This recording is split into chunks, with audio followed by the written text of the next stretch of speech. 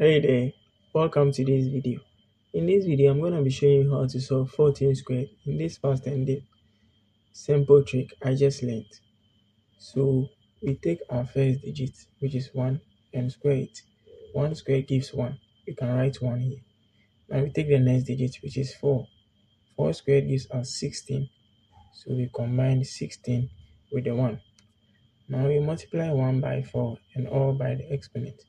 So what I mean is 1 times 4 gives us 4 times 2, which is 8. So with 8, we write 8 here and add a 0 at the end and sum it all up. 6 plus 0 is 6. 8 plus 1 is 9.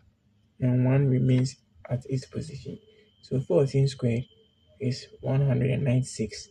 Thanks for watching this video and don't forget to subscribe and like. See you next time. Bye bye.